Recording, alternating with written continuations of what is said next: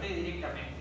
Y después, hasta lo que es la facturación, el control de la receta y entregar en mano el medicamento al paciente. Y después sí, todo lo que es el control de los medicamentos que se venden, cuándo hacer el pedido de reposición, el control de stock y la auditoría de las recetas que se van haciendo. Todo esto lo fuimos viendo y vimos que hay 4 pilares básicos.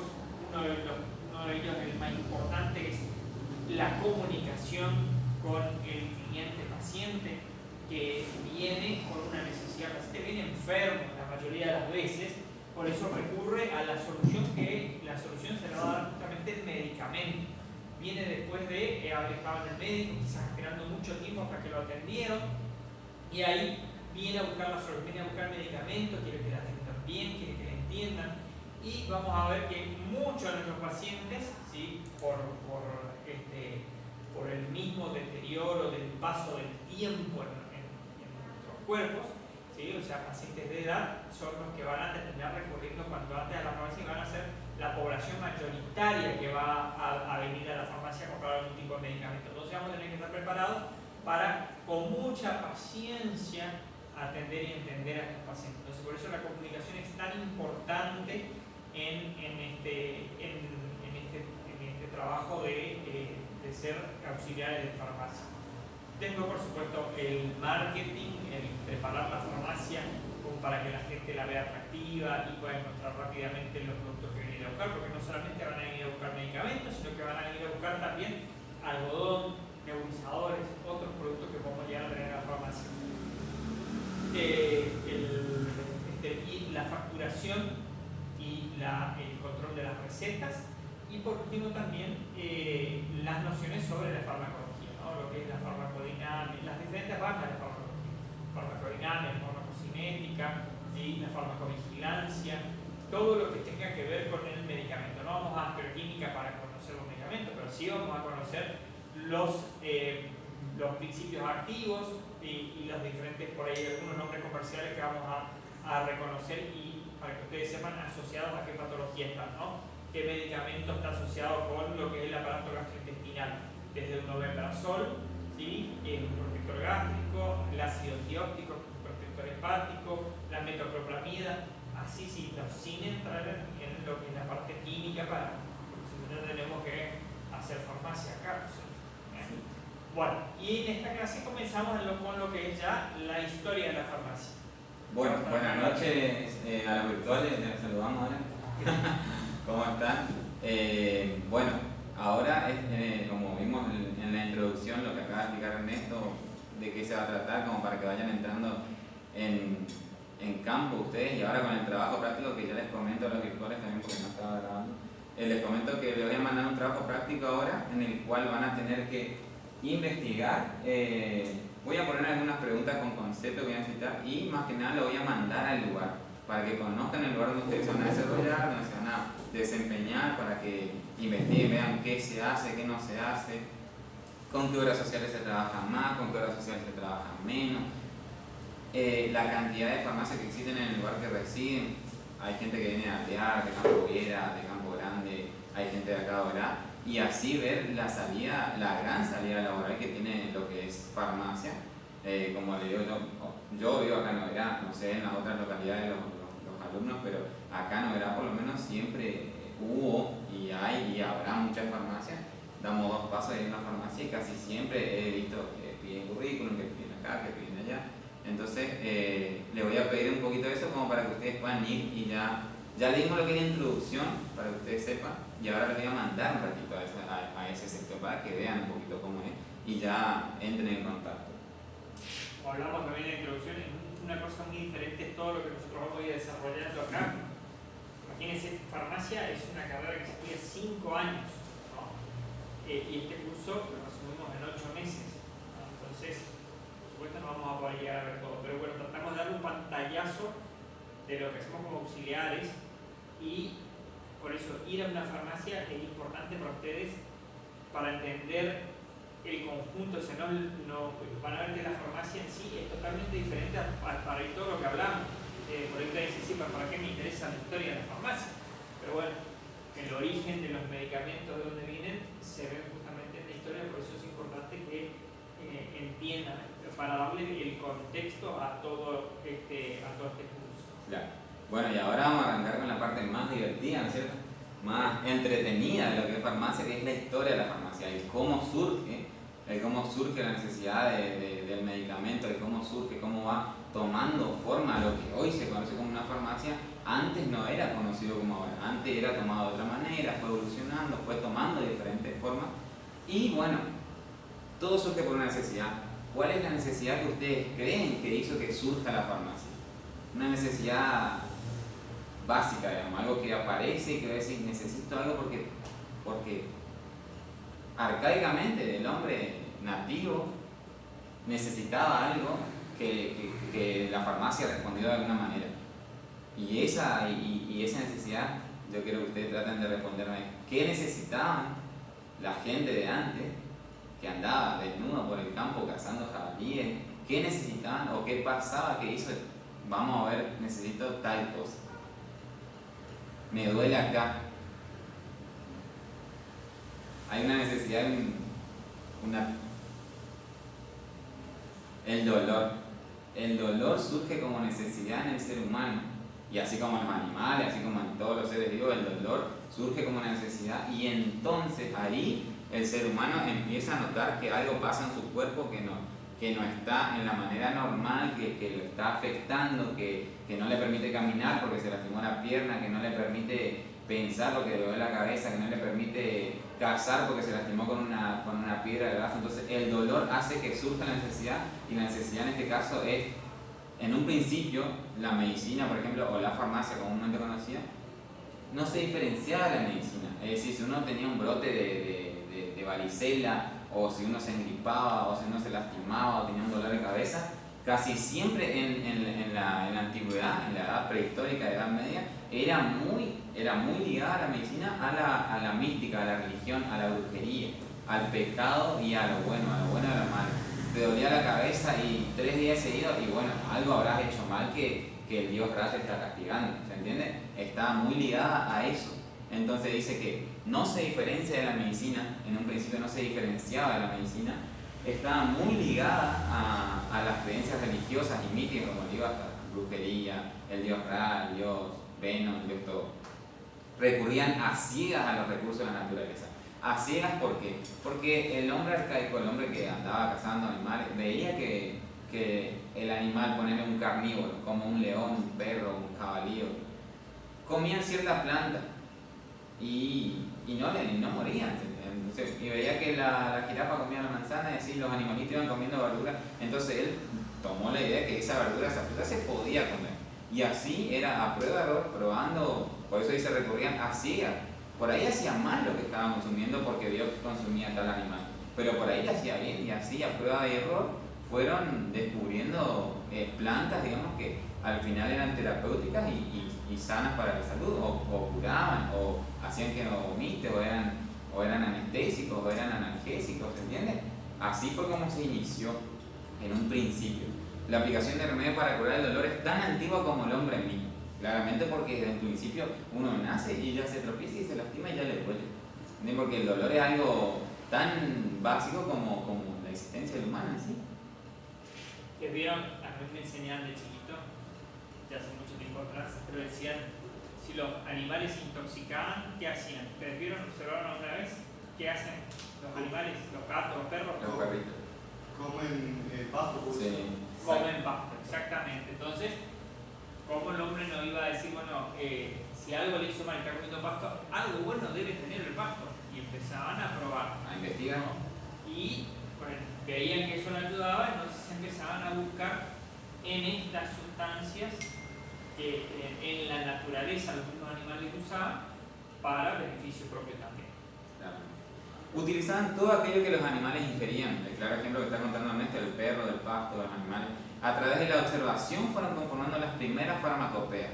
La farmacopea es un concepto en el cual es un listado de medicina en ese tiempo, vegetales nomás, en donde se compilaban remedios para tal fin. Si me dolía la cabeza, iba a mascar hoja de coca, pónganle. ¿Se entiende? Entonces ellos ya iban anotando en piedras, en un principio se anotaban en piedra, después surgió el papel y así vamos a ir viendo. Al establecerse en el campo conocieron más la naturaleza por medio de la agricultura. Una vez que el humano dejó de ser nómada, que empezó a sentarse en lugares porque decían, mira, estamos resguardados por la montaña, vamos a quedar acá porque acá hay verde, tenemos vaca, bueno, nos quedamos acá. Necesitamos estas plantas y bueno, traían esa planta y la plantaban acá porque sabían que esa planta era buena para espantar los mosquitos, porque esta planta era buena para la digestión, porque este me ayuda a curar la herida, que la salvia, la malva, y plantaban. Entonces ahí es donde el humano empezó a formar su propia farmacopea. Se pasaban obviamente a través de herencia. El papá le contaba al hijo al nieto y el nieto a tataranieto. Entonces así fue como se inició todo. La farmacopea es entonces el compendio de justamente todos los productos que podían usarse como medicamentos, de todos los productos que se podían cultivar y plantar y reproducir para que otro humano la vuelva a usar. Y en qué cantidad y en qué forma. Había algunos de estos productos, los consumía crudos, algunos quizás los tenían que hervir, algunos los tenían que machacar en morteros, ¿sí? Para obtener el producto, que el producto se libere de dentro de esa planta para poder absorberlo, ¿no? Todo esto se va registrando, como decía David, en las diferentes formas que tiene. Quizá primero el traspaso verbal únicamente de generación en generación hasta que se pudo empezar a hacer un registro. De esa manera se fue armando la farmacopea. Hoy nuestra farmacopea argentina, en donde figuran todos los nombres de los medicamentos, en qué dosis, cómo se fabrican, en qué dosis se usan, en qué dosis se usan en niños, en qué dosis se usan en adultos, ¿sí? Es una farmacopea que está en todas las farmacias accesibles hoy por internet. Nuestra farmacopea argentina se basa en la farmacopea británica. Es muy similar a todo lo que usan en Gran Bretaña, que lo tomamos nosotros y hicimos nuestra farmacopea acá. Bueno, en la prehistoria no tenían la creencia que la enfermedad era causada por espíritus, como le comentaba hoy, era muy ligada a la mitología, culpaban a los elementos de su entorno, al fuego, al viento, al rayo, a la lluvia, al sol, como causa de sus males. No sé si han escuchado también el alunado. ¿Se acuerdan que cuando una persona podía dormir a la noche, te alunaste? ¿Nunca escucharon esa palabra? Las abuelas siempre la decían, el alunamiento, ¿no? Encima, o el alunamiento, por ejemplo, en el pescado. Yo iba a pescar con mi tía. Y el pescado, por ejemplo, no puede quedar a la luz de la luna. Vos sacás el pescado del agua y lo metías abajo al F100 porque se pudre. Entonces, el alunamiento era eso. En luna llena, supuestamente, si vos te quedabas jugando muy tarde en la noche, ¿viste? Uno no podía dormir la noche y la abuela decía, ese por la luna. Yo jugando después que cuando salió la luna llena y estabas afuera, y todavía había esas creencias, ¿vale? De mi abuela.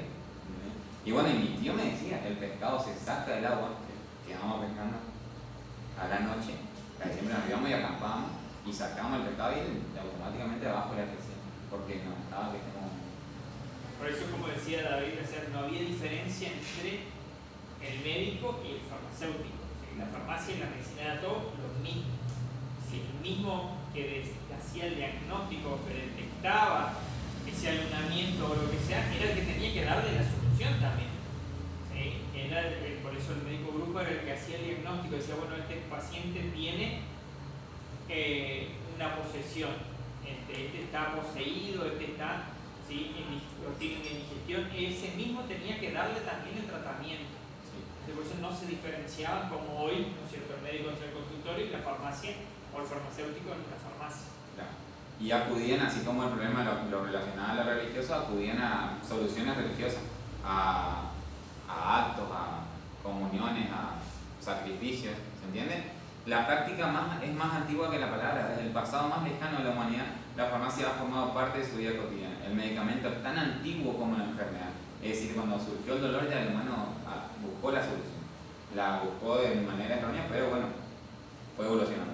Las excavaciones del asentamiento del Sanidar, Irak, que floreció hacia el 3000, no es 30, es 3000 a.C., respaldan el argumento de que los pueblos prehistóricos recolectaban plantas con propósitos medicinales. Ya de ese entonces ya se encontraron, digamos, documentos y excavaciones que se tenían el compendio de vegetales que ya desglosaban y estaban indicados para ciertas patologías. Se tienen datos del periodo paleolítico donde ya usaban plantas y parte de los animales para uso medicinal, digamos. Hay múltiples evidencias de todas las culturas primitivas y arcaicas utilizaron remedios en el tratamiento de los enfermos, entre ellas las tablillas sumerias en Inkut, tercer milenio, las tablillas cuneiformes de Assur, los textos védicos de la India, testimonios de las dinastías Qing, Shang, Sheng y Han del 1500 a.C., los papiros egipcios de Bert y Smith, además de documentos incas, mayas y aztecas que vamos a ir viendo más adelante. Son todas las cosas que se encontraron, todos los documentos, pinturas, papiros de diferentes escrituras que indicaban ya planta y para qué se trataba o con el tratamiento animal también. Figuran nombres y descripciones de sustancias naturales para el uso terapéutico, especialmente vegetales y su forma de dosificación. Es decir, se adentraron mucho más en lo que era la parte vegetal, porque era la parte que por ahí más prueba de error podían tener, porque no iban a matar a un jabalí para ver si comían el riñón ¿se entiende? Más que nada los animales lo utilizaban para el sacrificio y con eso pensaban que curaban o que posiblemente se iba a dar una tregua a la enfermedad o a la plaga. Quienes curaban la enfermedad preparaban el remedio. Por ejemplo, el vino, la miel, el vinagre y la leche se usaban como fármacos y excipientes. El remedio o principio activo es una sustancia. Pónganle de la aspirina que tenemos, el ácido acetil salicílaco. Es el principio activo.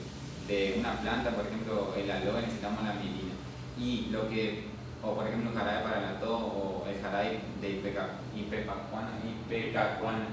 ipecacuana era una planta que se utilizaba como emético. Cuando las personas se intoxicaban, esa planta inducía que la persona vomite.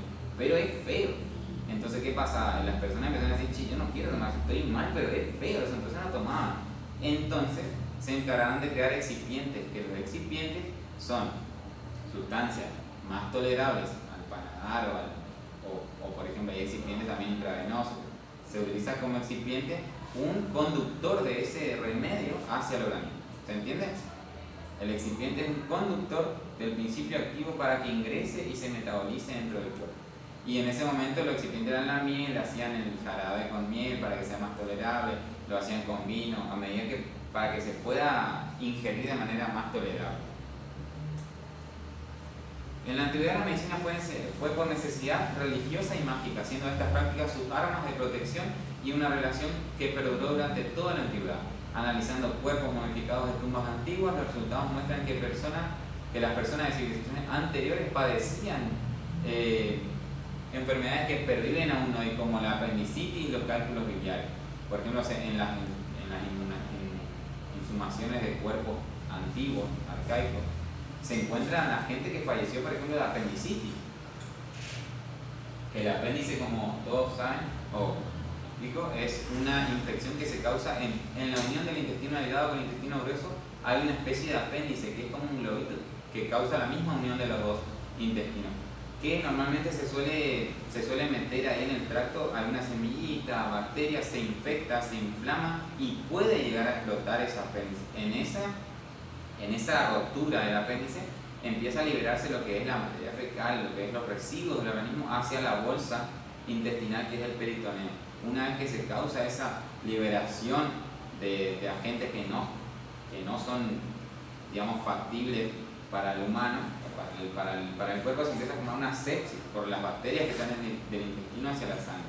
Y entonces se forma la peritonitis y esa peritonitis puede llevar a la muerte. Por eso siempre cuando hay un apéndice y hay dolor en la parte derecha de la cintura y no te bien, si lo primero que te hacen ya te tocan ahí, te duele, porque es una enfermedad que si no se trata con el tiempo y si no se da a conocer rápidamente puede causar una peritonitis. Y esa peritonitis puede, si no se trata y si no se evacúa todo eso de manera a tiempo, puede causar la muerte incluso, ¿me entiendes? Entonces desde ese tiempo ya se veían enfermedades que hoy las padecemos y que sabemos tratarlas, pero en inhumaciones de ese tiempo. ¿Está? Los dioses castigaban por actuar mal, eran las creencias de ellos. ¿Por qué? Porque castigaban a los dioses, porque las enfermedades eran consecuencia del pecado, confiaban en su salud a los sacerdotes. En ese momento, como la farmacia no existía la ciencia como en sí, el sacerdote era el que decía, mira, hiciste mal esto, pero ¿sabes? Te voy a dar la cura, vení y rezar 3 Padres Nuestros caminando hacia la iglesia, del lado que se pone el sol lunes, martes y miércoles, y ellos hacían eso y se curaban y por ahí andaban. ¿Se entiende? Entonces la enfermedad te la dictaba el sacerdote y la cura, por ende, como decía Ernesto, también te la tendría que dictar el mismo que te la decía. El chamán era sacerdote, médico, brujo y conocía las plantas y dominaba espíritus. Miraron esas películas donde está el chamán y hacen rituales y corren todo alrededor del fuego y él saca y tira hojas para todos lados. Eran rituales de sanación, le decían, ¿cierto? Bueno, en ese tiempo era la medicina del momento.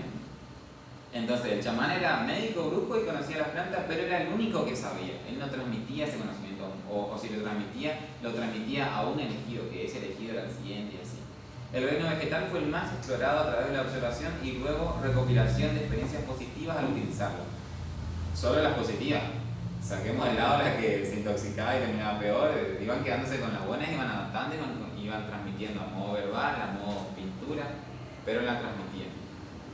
Llega el Imperio Romano, en el cual ya hacen mucho más énfasis en lo que es la prevención de la enfermedad. Es decir, ¿por qué me pongo mal en la panza si yo como todo?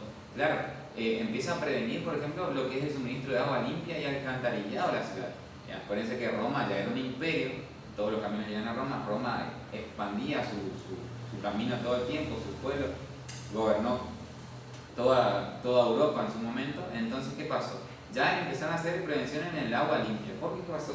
Empezaron a dar cuenta que cuando iban a tomar un pueblo, les cuento esto como para que vayan entendiendo, cuando iban a tomar un pueblo, a atacar, normalmente se iban los generales con todos los súbditos de soldados, atacaban un pueblo, y se empezaron a dar cuenta que los soldados se enfermaban de la panza, empezaban a doler, fiebre, se intoxicaban. Y los generales no, claro, porque los generales, el suministro de agua de ellos era servido siempre en jarrones de plata, ¿se entiende? O sea, ellos ya tenían todo un utensilio. Y los soldados tomaban con la mano del agua, que por ahí cayó un cuerpo que estaba ahí que corría, y tomaban en jarras de madera. Estaban como en una situación más precaria. A lo que se empezaron a dar cuenta que la plata no filtraba, pero neutralizaba ciertas bacterias que por ahí eran las que dejaban mal a los soldados, porque se dan cuenta que solo la parte de la élite estaba bien y no hacían gran cosa. Entonces, la plata tiene una carga de electrolitos positiva y negativa que hace que esterilice de manera no total, parcialmente ciertas bacterias son neutralizadas por la carga eléctrica que tiene la plata. Entonces empezaron a implementar, ya a tomar en utensilios de plata, de cobre, para no tener que tomar en los de madera, porque los de madera dan a que se guarden bacterias, no tienen una buena higiene, ¿se entiende? Todo eso fueron anotando. El tema del suministro de agua limpia también para el pueblo, el alcantarillado, el que no anden meando las personas por el camino haciendo sus necesidades, porque eso ya te infecta, se evapora. Todo eso son bacterias que causan después que pueden causar una enfermedad.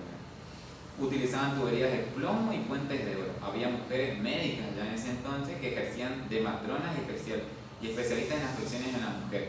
Es decir, ya empezaba a diferenciarse un poquito más el médico, del farmacéutico, y ya incluso comadronas, ya pseudo ginecólogas, ya solo de mujeres y así. Adoptaron las ideas de Galeno, que Galeno era uno de los primeros precursores de lo que es la medicina moderna. Médico de origen griego, recurrieron al dios griego Asclepios, que es conocido por los griegos como el dios de la salud. Lo adoptaron como dios propio y acogieron a los médicos griegos. Ya acá se dan cuenta que empezamos a hablar un poquitito más en términos más avanzados. Los personajes de lo que era el Imperio Romano, Cornelio Celso, con la invención de la imprenta, cuando se descubrió la imprenta, ya se empezó a armar la farmacopea de una manera más conveniente, más didáctica, se podía traspasar en el tiempo.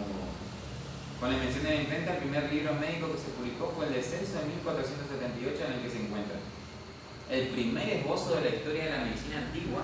Puede conocerse el valor de todos los términos griegos de medicina y cirugía hasta ese entonces, todo lo que es Celso. Los instrumentos quirúrgicos encontrados en Pompeya corresponden exactamente a las descripciones de Celso. Un gran avance para lo que es la farmacia fue la invención de la imprenta y del papel. Después aparece Galeno, que establece las bases de la medicina, hace referencia a la utilización de plantas medicinales, incrementó el número de drogas medicinales preparadas en Roma, es decir, descubrió varias sustancias, varias varios insumos vegetales y animales más, decía que toda alteración de una función corresponde a una lesión de un órgano. ¿Qué quiere decir esto? Que ya Galeno empezó a decir, si te duele la cabeza, no es porque te lastimaste el pie. Ya empezó a investigar qué afección podía estar viniendo de esa parte del órgano. Si devuelve, ya hay algo que en tu estómago te cayó mal, o en tu intestino, o en el hígado. ¿Se entiende? Ya empezó a buscar más el foco de la cuestión. Y no venía alguien y decía, me duele el hombro. Bueno, le damos un analgésico. No, primero decía, vamos a ver qué pasa, qué hiciste. Hiciste una mala fuerza, trabajaste, juntaste ladrillo, tuviste una chakra, no te golpeaste esa parte del hombro, ¿se entiende? Empezó como a ejercer la medicina en ese tiempo. Preguntar, es decir, la anamnesis de ese momento, empezó a preguntar qué pasa, cómo estuviste, hace cuánto te duele, para así no dar analgésicos nomás, o darle un antibiótico de ese momento, algo para el dolor de cabeza, para la fiebre, ¿se entiende? Empezó como a hacer más hincapié en el por qué te duele, en el buscar el por qué, para así dar el medicamento exacto para ese momento. ¿Está? Eso Galeno es muy importante en lo que es la medicina moderna hasta hoy. Hay una obra social que no sé si le conocen que se llama Galeno. Es cara encima. Practicaban disecciones en público. Realizó experimentos de esto Galeno, ¿cierto? Realizó experimentos de anatomía animal y la fisiología. Es decir, funciones hacía disecciones, y se encargaba de mirar qué órganos y qué función cumplían, o trataba de indicar qué función cumplía cada uno para así determinar el diagnóstico y el medicamento específico. En su honor, las preparaciones naturales que se administran crudas en forma de extractos, tinturas, cocimientos, infusiones, etc., reciben el nombre preparados galénicos, justamente por Galeno. Utilizaba además ceratos, pomadas, enjuagues, polvos y colillos. Los ceratos son como mezclas de seda y aceite, como ungüentos, pero un poquito más finos, digamos. Las pomadas, que todos conocemos, pomada como el diclofenac, pomada que es para el dolor local, ¿se entiende? O el átomo desinflamante, que cuando uno se va a la cancha siempre siente ese olor, ¿no es cierto? Enjuagues, polvos y colillos, sería gotas ópticas, ¿se entiende? Gotas para los ojos. Bueno, pasamos a Grecia. Buscaban una explicación racional para todo. Sentaron la base de todo a través del método científico, observación, observaban todo. Clasificación y rechazo de teorías y supersticiones no demostrables. Es decir, ya se empezaron a desligar también los griegos de lo que es los dioses. No es que empezaron a decir, no, Dios por ahí, vamos a ver qué pasa, que vamos a observar por qué se da esto, por qué vino un paciente así, por qué vino otro paciente así, son iguales, podemos tratarlo de igual manera, ¿se entiende? Ya empezaron a utilizar el método científico de la observación, clasificación y rechazo de teorías que no eran demostrables. La inducción crítica y la revisión del paciente. Recibieron grandes influencias de los egipcios e incluso identificaban a su dios en la medicina como Asclepio, que era el que lo nombré hoy, con el dios egipcio Imhotep. Oraban a Asclepio para que le diera una cura y acudían a los templos para ser sanados. Es decir, todavía querían ir a Asclepio, pero más que nada para pedirle sabiduría a la hora de la intervención en el paciente. La mayoría de los medicamentos griegos se preparaban a partir de plantas. La capacidad del raciocinio era fundamental y no se conocía la experimentación científica, es decir, trataban de razonar un poquitito más a la hora de saber y ver qué pasaba con el paciente y cómo actuar. Tenían centros médicos, Asclepion le llamaban, todo giraba en torno al dios de la salud. En varias de sus ciudades, allí curaban a los enfermos y enseñaban a sus discípulos. Es decir, ya empezaron a haber instituciones en ese momento de las cuales se dedicaban pura y exclusivamente a la trata de enfermos y a practicar, a transmitir la enseñanza. Venía un paciente y ya había otro médico de ese momento y le enseñaba, mira, tratamos así, para que él, que vino de Roma, de Inglaterra, del pueblo que viniera, ya empezaba a adquirir el conocimiento, ¿se entiende? Ya había centro médico. La disección del cuerpo humano en Grecia no se permitía todavía. Además de las sangrías, utilizaban los purgantes vomitivos, diuréticos y sudoríficos para expeler los malos humores. Decían que las enfermedades estaban originadas por un desequilibrio entre 4 fluidos del cuerpo, llamados humores: la sangre, la flema, la bilis amarilla y la bilis negra. Por lo tanto, el tratamiento consistía en equilibrar eso. Era un tratamiento bastante antiguo, que obviamente se dejó de usar el de las sangrías para equilibrar los humores de la sangre, con la sanguijuela, no sé si alguna vez escucharon el tratamiento, que colocan sanguijuelas en diferentes puntos del cuerpo y extraen sangre, o a veces hacían punciones en arterias o venas para que se libere sangre porque venían con mucho dolor de cabeza. Entonces liberaban, en ese momento no se entendía lo que hacían, pero liberaban presión, que por ahí estaba una presión alta, y liberaban presión a través de una purgación, a través de sangrías, le decían eso, ¿se entiende? Y también el tratamiento de la sanguijuela era como para purificar, sacar la sangre mala, decían ellos, con la sanguijuela. Eso hasta hace poco tiempo también se usaba, hace años atrás. O sea, tenemos que pensar que realmente al principio era bueno porque nosotros tenemos un medio interno, ¿sí?, que se tiene que mantener en una homeostasis, en un equilibrio, donde tenemos cierta cantidad de electrolitos y sodio y potasio que se mantienen equilibrados. Ese equilibrio hace que nuestro cuerpo funcione bien. Donde se enferma, ¿sí?, y donde no se equilibra ese medio interno, es que aparecen las enfermedades, ¿no? La sanguijuela libera un anticoagulante, por eso puede permitirse seguir extrayendo el líquido. Durante mucho tiempo se usó la sanguijuela como para mantener al paciente anticoagulado. En muchas enfermedades, sobre todo en las de origen cardíaco, hay que anticoagular a los pacientes. En pacientes con presión alta, ¿sí?, la sangre que está preparada para todo el tiempo estar circulando, donde se frena un poquitito se puede coagular. Entonces se tiene que usar anticoagulantes. En pacientes que tienen arritmia hay que usar anticoagulantes. En pacientes postrados hay que usar anticoagulantes. Entonces, al usar a la sanguijuela, se podía mantener ese paciente anticoagulado y mantener esa sangre circulando todo el tiempo y sin agregar otro daño al paciente. Eso devolvía también ese equilibrio a ese medio interno, el cual desconocían ellos, pero ya le habían dado nombres, entendiendo que había algo más allá del cuerpo, más adentro del cuerpo, que tenía que estar equilibrado. Claro. Bueno, conocían numerosos preparados. Chicos, voy rápido porque es largo lo que es historia. Pero si ustedes no entienden algo, quieren pausarme, pausan y me piden, me preguntan y seguimos, ¿está? Pero si voy rápido porque es largo. Conocían numerosos preparados, maceraciones, tisanas, ungüentos, supositorios, lavatinas, etc.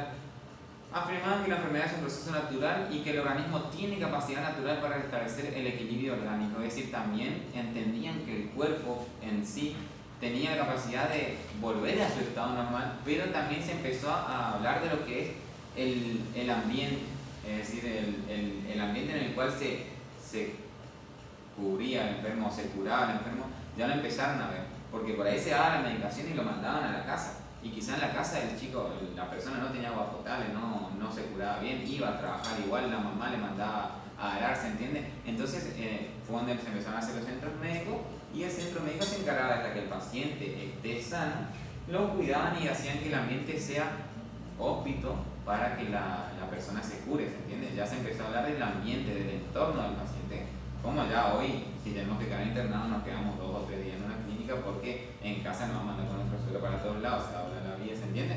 Ya se empezó a ver esto también, de que el paciente solo por ahí no cumplía con los requisitos, la dosificación, el medicamento, etc.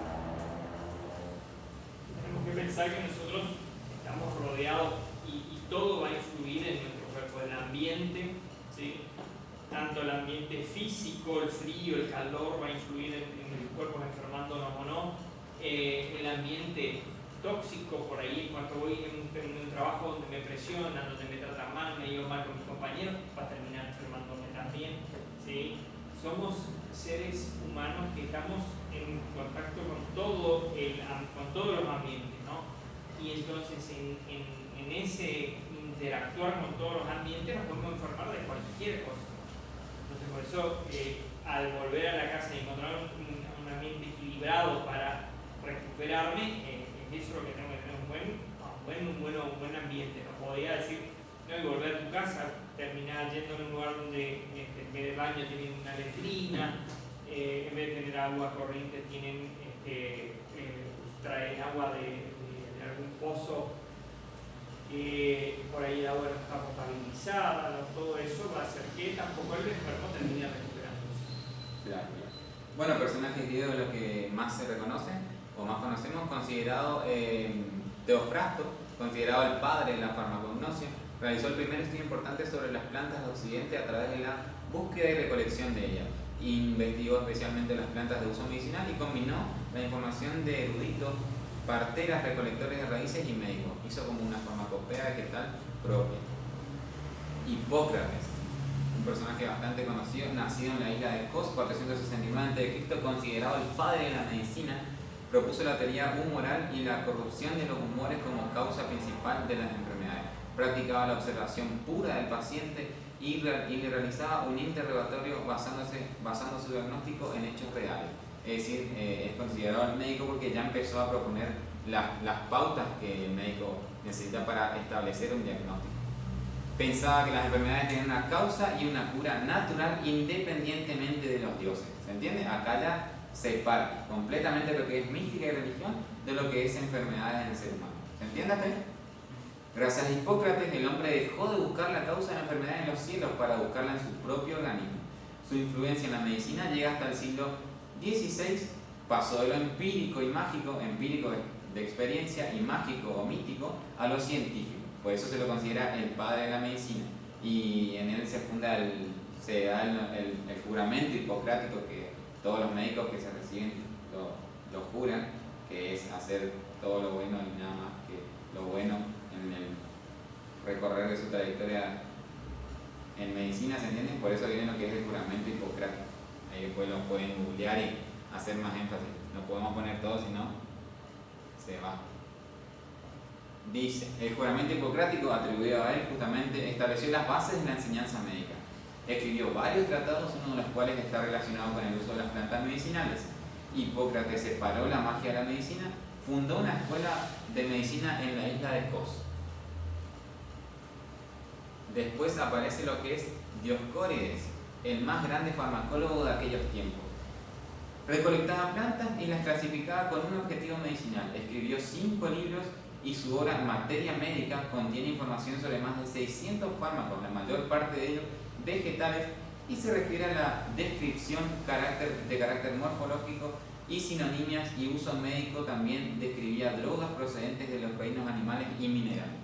¿Se entiende? Empezó ya a investigar porque aparte de medicamentos de vegetales y animales tenemos los minerales, que no sé si saben cuáles son, pero se conocen así como el hierro, el zinc, el potasio, son medicamentos minerales, ¿se entiende hasta ahí? Entonces él ya empezó a insertar algunos de esos medicamentos y él era farmacólogo, ya no era médico, sino que se trataba de investigar directamente la medicina, el medicamento en sí. El texto describe 600 plantas medicinales, unos 90 minerales y alrededor de 30 sustancias de origen animal. Tuvo una enorme difusión en la Edad Media.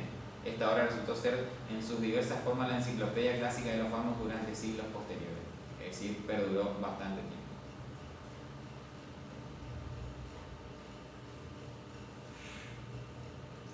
Alejandría, aquí nace una historia del medicamento. En Alejandría era una ciudad de Egipto, donde el que asentó la escuela de medicina fue, ¿cómo se llama?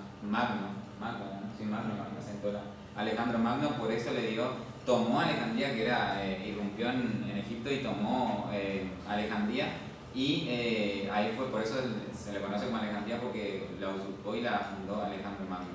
Era como una ciudad más avanzada en ese momento y era la única ciudad en el mundo que tenía una biblioteca. La biblioteca era como tener Google, pero en una zona sola del mundo. Permitía la disección del cuerpo. Allí se funda la escuela de medicina más importante de la antigüedad. La biblioteca de Alejandría es famosa porque tenía gran cantidad de libros y fue quemada totalmente. Así como fue tomada Alejandría, en su momento también fue intentada tomar de vuelta, pero ya peleaba Julio César en una de esas batallas, se incendia por accidente supuestamente, pero bueno, perdieron la farmacopea más grande hasta ese momento que se encontraba en Alejandría. Herófilo, anatomista, fue el primero que se dedicó a estudiar y describir sistemáticamente el cerebro. Estudió igualmente la médula espinal, hizo la distinción de los nervios y de los vasos sanguíneos que se confundían hasta entonces, y descubrió que los nervios son canales de comunicación. ¿Se entiende? Cuando se empieza a establecer, a permitir la disección, ya personas como Herófilo tenían permitido diseccionar cuerpos lo dejaban en formol por varios días, incluso se le introducía formol al cuerpo también, y ahí se empezó a diseccionar. Y entonces él empezó a investigar lo que es la parte del cerebro, la parte de la médula espinal, ya empezó a distinguir entre arterias, venas y capilares y nervios. Se dieron cuenta de que uno es conducto, uno es hueco y el otro está relleno. El nervio tiene un color, la arteria tiene otro color, otra contextura, la vena tiene otro color, otra contextura. ¿Se entiende? Se empezaron a diseccionar y el que empezó con esto fue Herófilo, un anatomista. Se dedicó pura y exclusivamente a ver la anatomía del ser humano y a también a tratar de ver cómo reaccionaba el medicamento y cómo transportar el medicamento hacia él. Escribió varias obras y habló de las propiedades de los medicamentos. Afirmó que el cerebro era el centro del pensamiento e investigó su estructura. Ya pasamos a otro nivel ya de la medicina. Ya pasamos a entender que el cerebro es la parte que maneja todo el cuerpo. ¿Se entiende? Es como la CPU del cuerpo. Y fue un avance bastante importante este. En Arabia, cambiamos de país, asimilaron la antigua sabiduría greco-romana, es decir, tomaron la experiencia de los greco-romanos mejor que los europeos a causa de sus ideas religiosas y sus costumbres. Los árabes no practicaban disecciones hasta ese momento, recogieron los textos griegos y romanos y los tradujeron, es decir, utilizaron la experiencia de Europa para beneficiarse. De las artes y ciencias auxiliares de la medicina hicieron progresar sobre todo la farmacia y la terapéutica, la técnica de los aparatos de física y de mecánica, es decir, tomaron toda la experiencia de los romanos y de los griegos en cuanto a anatomía, en cuanto a medicamentos, en cuanto a médicos, pero se dedicaron más a potenciar lo que era la farmacia. ¿Cómo lo hicieron?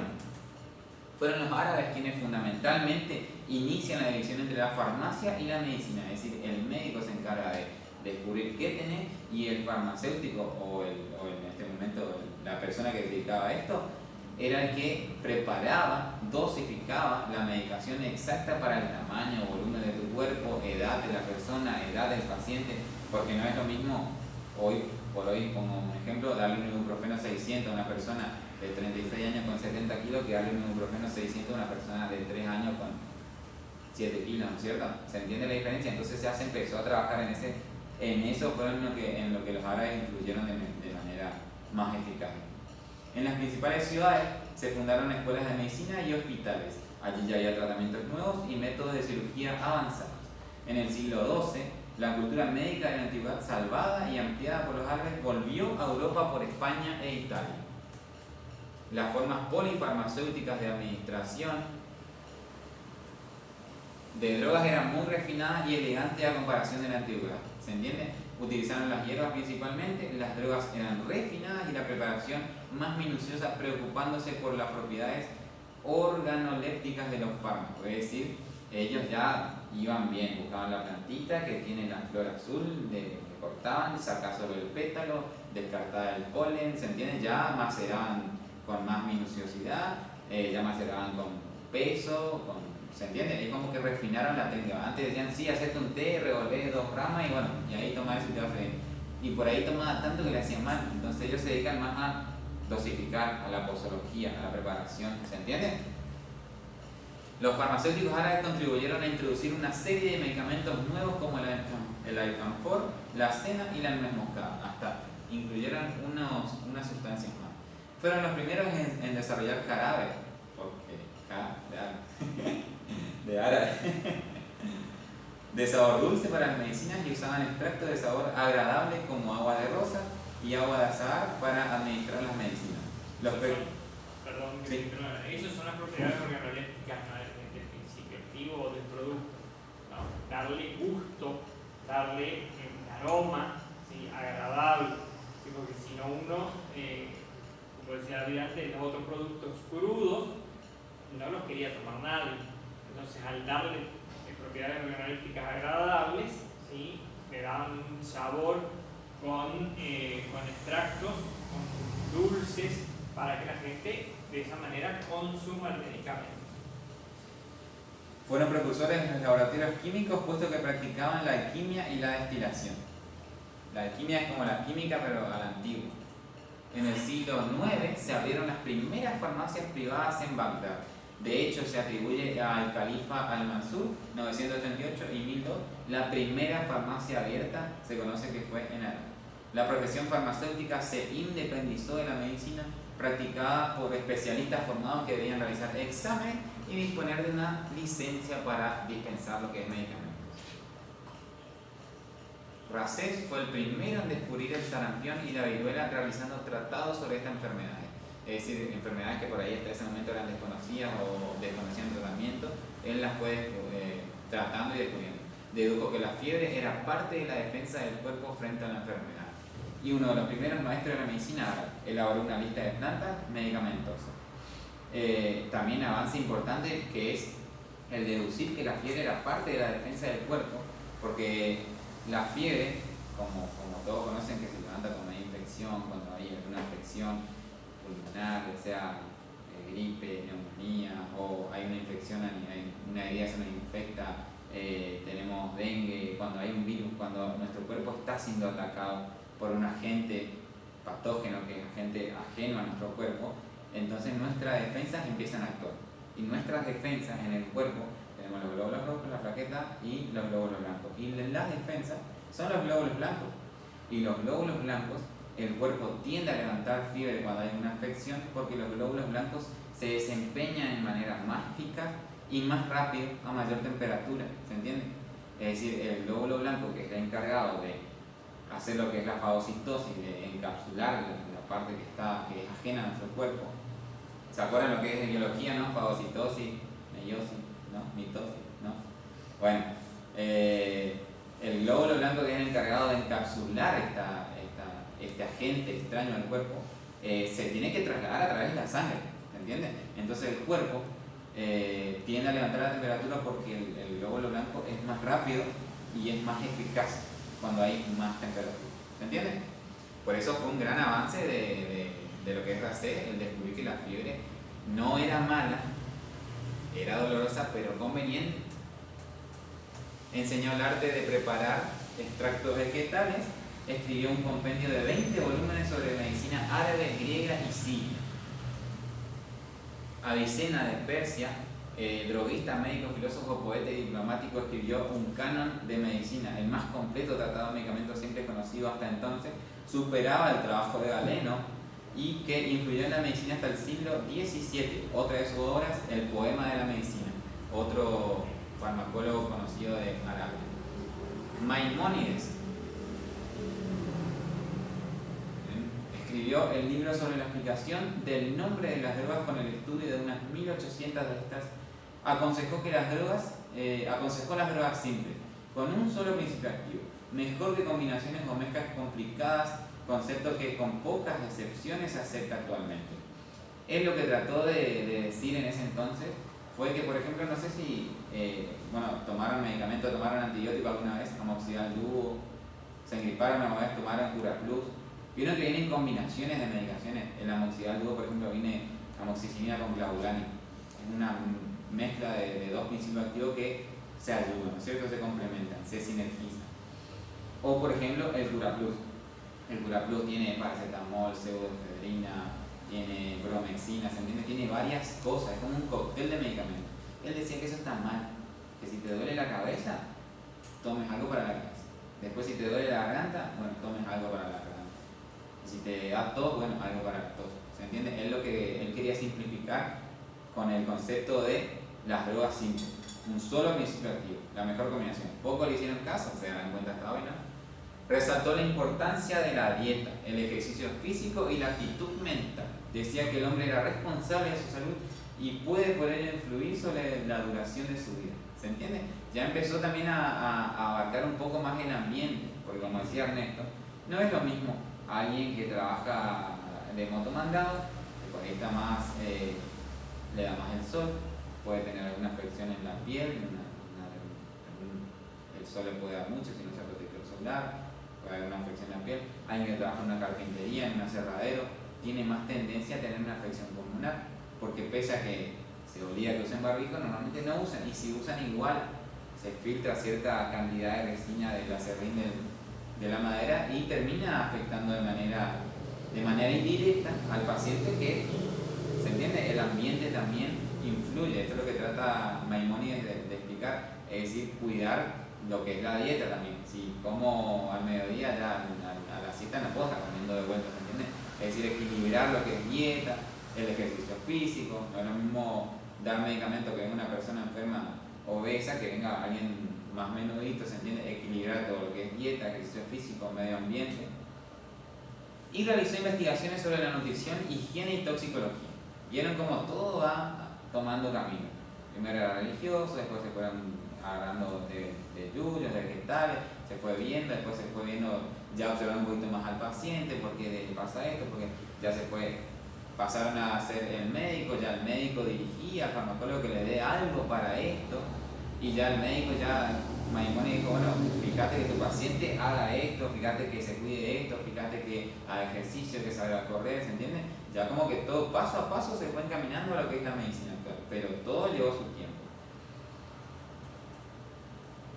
Otro personaje de Arabia, Abulcasi, fue el cirujano más famoso de la medicina árabe. Su libro incluye descripciones de varias operaciones como la corrección de las deformaciones de la columna, eliminación de las cataratas e incluso traqueotomías. Hoy los cirujanos siguen empleando procedimientos que introdujo Abulcasi, es decir, ya se empezó a utilizar lo que eran cirugías pequeñas. Los cirujanos usaban herramientas fabricadas con gran fineza para realizar las operaciones. La maja y el mortero, que en el gráfico se ve, se usaban a menudo para aplastar sustancias que luego se incorporaban a otros productos como ungüentos, píldoras y preparados. En la Mesopotamia, también esta civilización creía que el mundo estaba regido por espíritus y que la enfermedad era provocada por demonios o magia. El diagnóstico consistía en una investigación psicológica realizada por el sacerdote que una vez que adivinaba la causa se procedía a la terapia o a la parte terapéutica, pero estaba todavía arraigada a lo que era la religión. También refería allí plantas medicinales. Existían además en Babilonia una calle especial para los que preparaban medicamentos discométricos. Ya había, no un centro médico, pero había calles destinadas a la venta exclusiva de vegetales para la sanación de tales patologías. Ya avanzaban de manera más lenta, pero avanzaban. Se sabe que hace más de 6.000 años ya eran conocidas importantes drogas como la mandrágora, la amapola, origen del opio y la morfina. El opio y la morfina son anestésicos y analgésicos, aceite de castor, aceites esenciales, bilis, aloe, cebolla y grasas animales como vehículos de ungüentos curativos. Vieron que todavía se sigue usando la grasa de chancho como vitamina A para ciertas curaciones que la gente antes todavía suele usar. En ese momento ya se estaban viendo esas sustancias, esos orígenes. La amapola, por ejemplo, de la que se extrae la morfina, analgésicos y así. Preparaban maceraciones, decocciones, cataplasmas, linimientos de supositorios, gárgaras, inhalaciones y ungüentos. En el reinado del rey Hammurabi de Babilonia, entre el 1792 y 1750, había ya médicos profesionales. Dicho rey estableció un cuerpo de leyes llamado Código de Hammurabi, en el cual se reguló el trabajo de los médicos, qué podía y qué no podía hacer.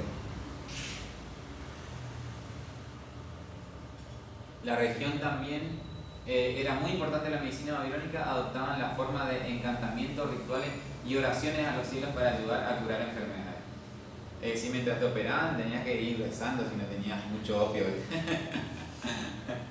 En Egipto tenían dioses relacionados con la medicina. Los más importantes son Tot e Imhotep. Este último elevado al estatus de dios. Los médicos del antiguo Egipto fueron sin dudas los mejores de su época. Clasificaron las enfermedades en curables e incurables. Ya otro avance más, algo tratable y algo no tratable o paliativo. Conocieron numerosos y diferentes procesos de preparación de medicamentos. Alrededor del 1700 a.C. se escribió el Papiro de Ebers, el texto médico más antiguo con la descripción de cientos de drogas. El papiro fue publicado en 1875. Contiene 110 páginas con 900 recetas, conjuros, exorcismos, dosis, cantidad de enfermedades y conjuro correspondiente para cada una de las enfermedades. Es decir, se trataba de una manera científica, medicinal, vegetal, animal, pero a la vez se tomaba en cuenta la parte religiosa también, como que se acoplaban, rezaban también por las dudas. Los cirujanos que también eran sacerdotes realizaban algunas operaciones internas proporcionando aliento espiritual al enfermo, quien oraba e invocaba ayuda a los dioses mientras tanto. Realizaban circuncisiones, extraían hernias y trataban enfermedades oculares. Acostumbraban pintarse los ojos para protegerse de infecciones. La materia médica alcanzó altos niveles y se enseñaba en las escuelas de Tebas, en Egipto. Los egipcios se familiarizaron mucho con los órganos del cuerpo a través de las momificaciones, es decir, no se permitía la disección, por lo que no sabían cómo funcionan los órganos, pero sabían. La momificación abría por ahí un poquito la puerta que entiendan un poco el cuerpo humano, pero no podían tocar porque era alguien muy especial, era el faraón normalmente, o las esposas de los faraones que se momificaban y no iban a estar ahí, terminaban en la punta de la pirámide colgado hasta que venga el dios Ra.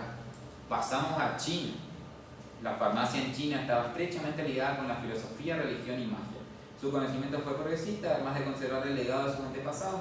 La medicina china estuvo dominada por dos principios fundamentales, el yin y el yang, según los cuales el universo depende del justo equilibrio entre los dos que se suceden rítmicamente y sin destruirse. El yin es oscuro, frío, húmedo, pasivo, negativo y femenino, y el yang es ligero, seco, activo, cálido, positivo y masculino. Creencias chinas. Las enfermedades provienen del desequilibrio de ambas fuerzas. Curaban el cuerpo y el alma, entretenían mientras examinaban. Tomando el pulso, los médicos chinos obtenían información sobre el equilibrio energético del cuerpo. Se tomaban 6 pulsaciones de cada muñeca y se describía con poéticas frases antes de recetar un tratamiento. ¿Se entiende? Era algo más energético lo que era en la parte china medicinal en ese momento. Ahí que todo esto llevaba una medicina hoy alternativa. Hoy le decimos a todo este tipo de medicina una medicina alternativa. Más adelante en la evolución, el modelo médico hegemónico es el que regula hoy las farmacias y la medicina. O sea, hoy lo que dice el modelo médico hegemónico es lo que dice el médico. Lo que dice el médico es lo que es la única verdad con respecto a la enfermedad. El médico hace el diagnóstico y hace la indicación de la medicación, y el farmacéutico prepara una medicación, y esa es la única forma de curar al enfermo. Pero bien saben que hay terapias alternativas, medicamentos alternativos que terminan mejorando igual a pacientes con algún tipo de enfermedad, que no son directamente medicamentos hechos en farmacia, medicamentos que fabrican la industria farmacéutica. Pero hoy el desarrollo llevó a que el modelo médico hegemónico domine todo esto y que la medicina alternativa sea vista como algo claro, algo que no cura, sino que podés hacer junto con el tratamiento que te da el médico. Pero eso es una institución de la medicina. Entonces, el desarrollo llevó a que el modelo médico hegemónico esté impuesto y sea el que diga, si hay alguien enfermo tiene que ir al médico y tiene que tomar un medicamento. No hay otra cosa para hacer. En cambio, hacer yoga, hacer feng shui en las casas, tomarse un té de vez en cuando, también ayuda. Y muchas veces eso puede curar al enfermo, sin necesidad de tener que llegar a tomar un medicamento. Pero la evolución y el desarrollo llevó a que hoy el modelo médico hegemónico sea el que marque el rumbo del mundo. Sí. Y no solo el desarrollo, los resultados más que nada. La cura. Es decir, voy y me siento mejor después que tomo tal medicamento. Porque voy a estar probando test y esto me hace bien, ya omito la parte alternativa, sino más que nada los resultados hacen que el modelo sea esto.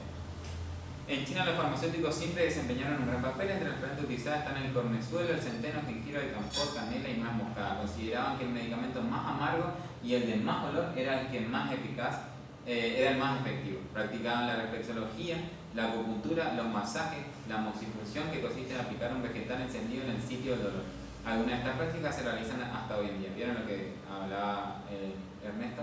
La reflexología, la acupuntura, los masajes, el yoga.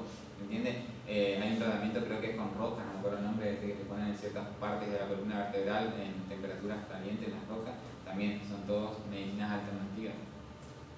Li Chen, farmacólogo, en su tratado conocido bajo el nombre de Pensao Cao Mou, estudió en 1874 sustancias de las cuales 1074 son vegetales, 443 animales y 354 minerales.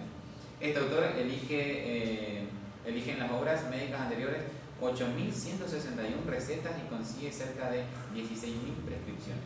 Vieron que ya avanzaba bastante.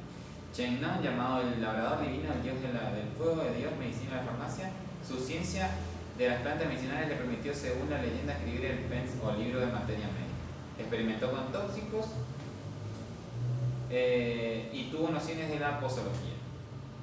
En la India, la importancia histórica de la ciencia en la India es comparable con la ciencia griega, porque fue adoptada en muchas regiones. La magia desempeñó un gran papel en la terapéutica y se conocen numerosos encantamientos en los demonios para sanar o provocar la enfermedad. Ayurveda, que es el sistema médico holístico tradicional de la India, desarrollado entre los años 600 y 1000 a.C., se funda con el uso intensivo de hierbas para tratar los desequilibrios del cuerpo. También es una filosofía de la salud basada en el estilo de vida moderado, la meditación y una relación armoniosa en el entorno. El médico ya no era un brujo, pasó a ser un facultativo y un sabio, los textos védicos. Gran riqueza terapéutica entre las plantas más usadas: ajo, pimienta, jengibre, tamarindo, ricino. También utilizaban productos animales y minerales. Se practicaba la infusión, la maceración, la decocción. Sabían preparar el electuario, polvos, píldoras, ungüentos y preparados líquidos empleados como colidios, lavativas y linimentos. Son todas maneras de administrar el medicamento. Las chakras. La medicina índica enseñaba que la buena salud dependía del equilibrio de los 7 chakras, centro del poder espiritual, situado a lo largo de la espina dorsal y vinculado a los órganos y glándulas. Podían equilibrarse con medicina de yoga, masaje y cantos. Otra medicina alternativa.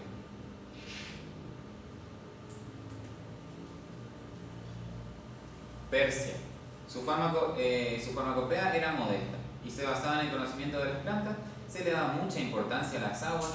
El Avesta, el libro sagrado iraní, distingue 3 medios terapéuticos de desigual eficacia. En primer lugar, la fórmula conjuratoria, luego la medicina por las plantas y la cirugía. En la Edad Media, del siglo V al siglo XV, la medicina estaba dominada por la teología. El tratamiento farmacológico racional declinó en Occidente ante la enseñanza impartida por la Iglesia de que el pecado y la enfermedad estaban íntimamente relacionados. El culto de los santos curadores Cosme y Damián ejemplifican esta actitud. La gente confiaba más en las oraciones que en las curas o en las ayudas de los médicos, ¿se entiende? Pese a que se instauraba el conocimiento, la gente igual estaba como escéptica ante el conocimiento, ante la ciencia, ante los libros. Todavía seguía creyendo en lo que era la religión y la mitología en la Edad Media. Parece que la Edad Media fue un retroceso tal para la humanidad, ¿no? En esa edad donde las otras civilizaciones experimentaban y trataban de ver qué podía ayudar. En la Edad Media a los alquimistas eran mal vistos y empezó toda la persecución a este tipo de personas que hacían experimentación, ¿no? Los trataban de brujos, los terminaban quemando en hogueras, ¿no? Ahí fue todo un retroceso otra vez para lo que era la farmacia. Claro, ya no se podía diseccionar porque estaba prohibido, también muchas cosas que fueron ralentizando lo que era el crecimiento. Atender a los enfermos se convirtió en un acto de caridad cristiana, lo cual se hacía en los monasterios. Esta práctica se denominaba medicina monarcal. Se hicieron escasos intentos de utilizar la ciencia médica para encontrar la cura de la enfermedad. Es decir, ya no le hacía mucho hincapié, venía a la iglesia, se cura, y dice, no, bueno, vemos.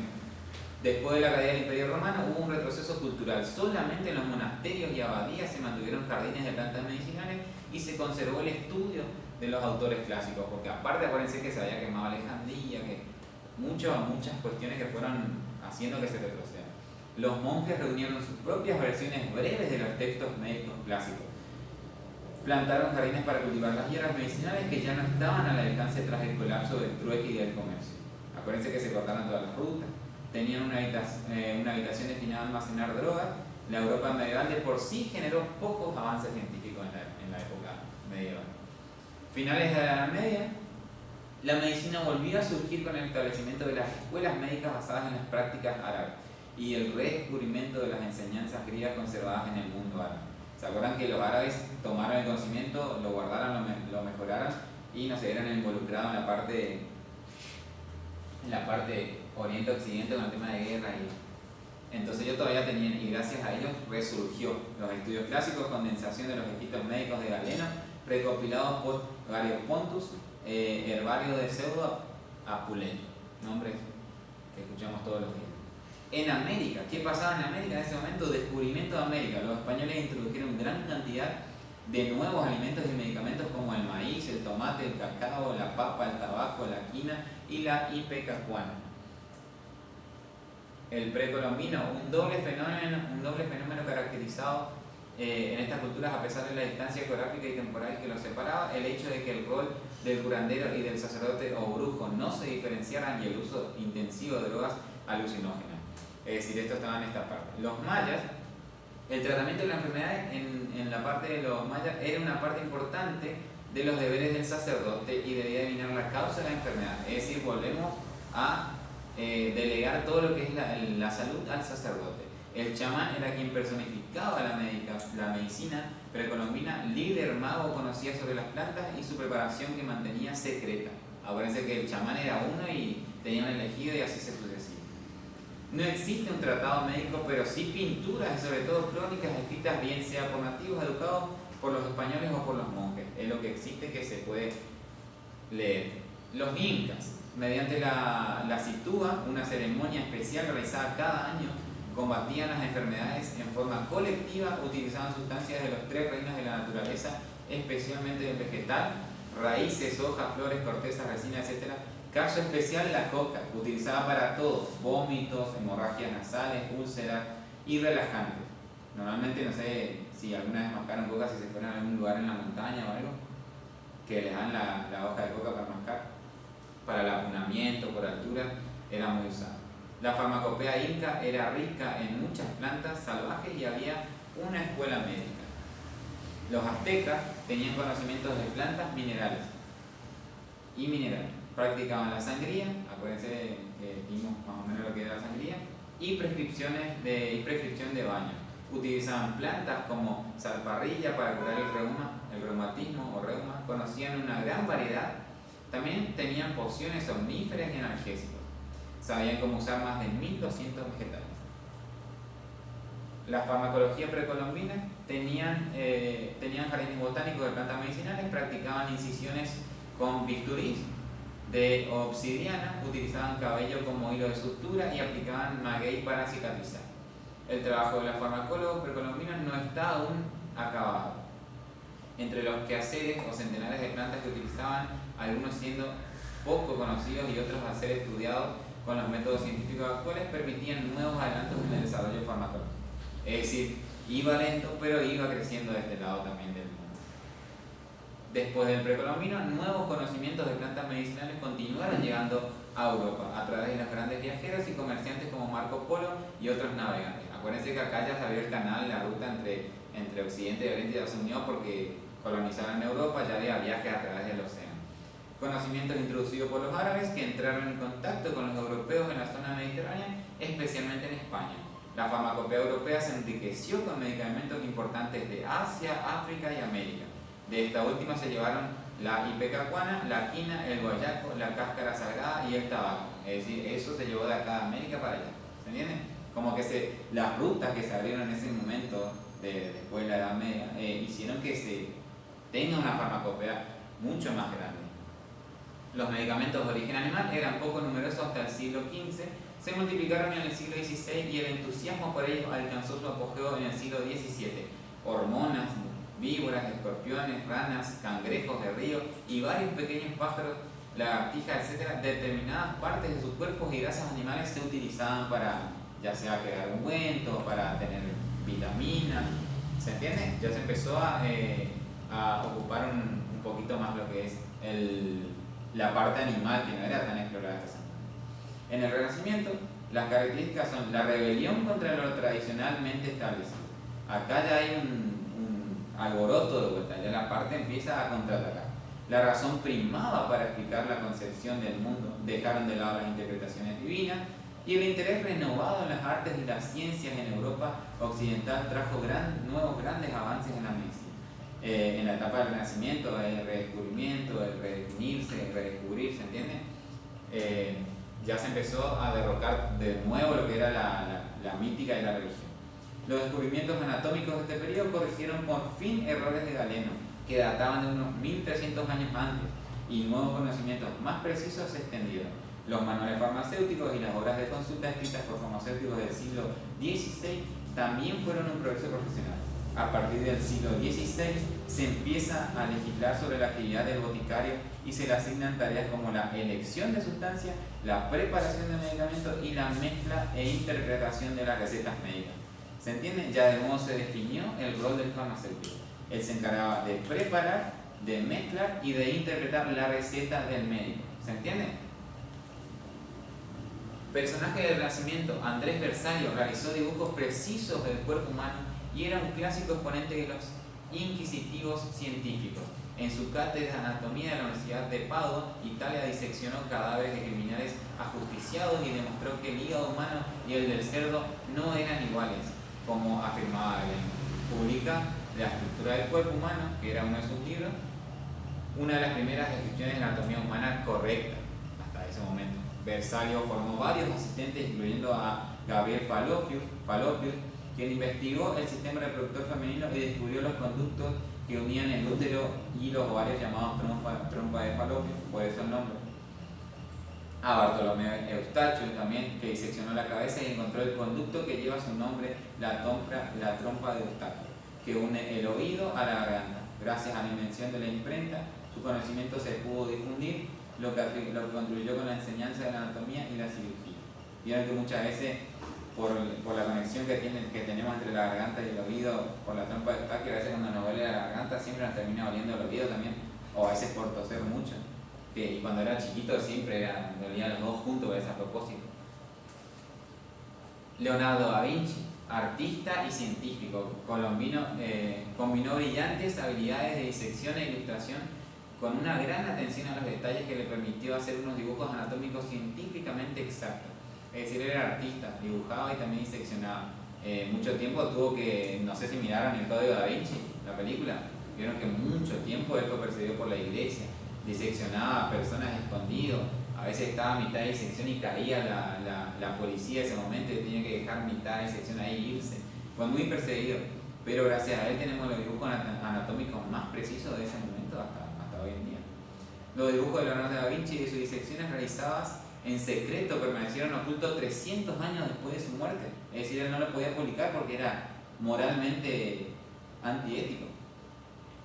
Buena parte de los esbozos anatómicos que creó Leonardo fueron archivados en el Códice Atlántico, que consta de 12 volúmenes, 402 páginas y 1700 bocetos, y fueron archivados por Pompeo Leoni. Su consulta aún maravilla por sus descripciones pormenorizadas del cuerpo humano, es decir, tan minúsculamente observadas. El bisturí, otro gran invento que permitió al anatomista la disección del cuerpo y la división de tejidos, órganos, ¿se entiende? La desaprobación de la religión a las disecciones humanas se dio finalmente ante las presiones de los anatomistas del Renacimiento, habidos de comprobar la exactitud de las observaciones de Galeno. Es decir, querían confirmar o destituir teorías que tenían desde 1300 años anteriores. Decían, ya tenemos que rever porque continuamos. El trabajo y... Hace mucho tiempo. Sobre Sí. la hora. Quedamos en Philip Bombach. Bueno, del trabajo ya hablé, chicos, vamos a dejar hasta acá. Ya pasó 1 hora y media, vieron que es largo, todavía nos falta un poco, por eso apuraba. Lo del trabajo ya hablé al principio, así que no, le voy a mandar ahora el trabajito al clan y les pongo como fecha de entrega el martes que viene porque no es largo. Lo que sí van a tener que moverse nomás en alguna farmacia. Y bueno, es todo por hoy. Continuamos con esto la próxima clase, que queda todavía un pedacito, ¿saben? ¿Alguna pregunta, chicos? Varias. Vieron que es bastante tediosa la parte de historia, pero tenemos que hacerlas conocer, si no... No se entiende bien. ¿Eh? Se entiende bien. ¿Se entiende, no? Sí, bueno. Eso es lo importante.